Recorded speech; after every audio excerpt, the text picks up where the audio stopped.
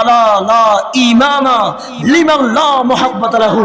আমার নবীর ভালোবাসার অপর নাম ঈমান। ঈমানের দ্বিতীয় আর কোনো সংজ্ঞা নাই। ঈমানের সংজ্ঞা হচ্ছে হুব্বুন নবিয়্যি মিনাল ঈমান।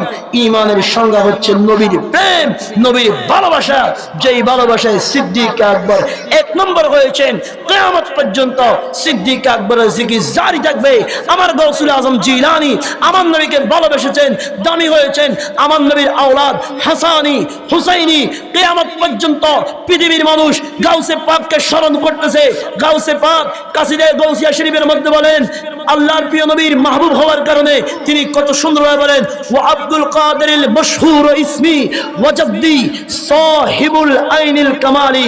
গাউসে পাক বলতেছে, আমি আব্দুল কাদেরের এই নামখানা পৃথিবীর মধ্যে লক্ষ লক্ষ কোটি কোটি মানুষ কিয়ামত পর্যন্ত যারা আসবে, বর্তমানে যারা রয়েছে, প্রত্যেকে জানে এবং জানতে থাকবে। কারণ হচ্ছে আমার নানা নূরের নবী মুহাম্মদ রাসূলুল্লাহ সাল্লাল্লাহু আলাইহি সাল্লামের বরকত। জোরে বলুন সুবহানাল্লাহ। আজকে গাউসুল আজম দস্তগীরের স্মরণ হয়, খাজায়ে আজমিরের স্মরণ হয়।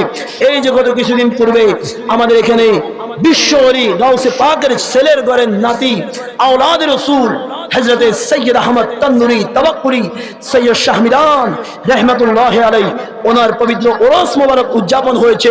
তিনিও গাউসে পাকের আওলাদ, আমার নবীর আওলাদ, আমার নবীর প্রেমিক। এই প্রেমিক হওয়ার কারণে আল্লাহ বলে, হাবিব শুধু আপনার জিকির আমি বাড়িয়ে দিয়েছি তা নয়, যারা আপনার জিকির করে, আপনার প্রেমে যারা নিজেদের জীবনকে বিলিয়ে দেয়, আমি আল্লাহ রাব্বুল আলামিন তাদের জিকিরও কিয়ামত পর্যন্ত জারি করে দিলাম। উচ্চ স্বরে বলুন সুবহানাল্লাহ।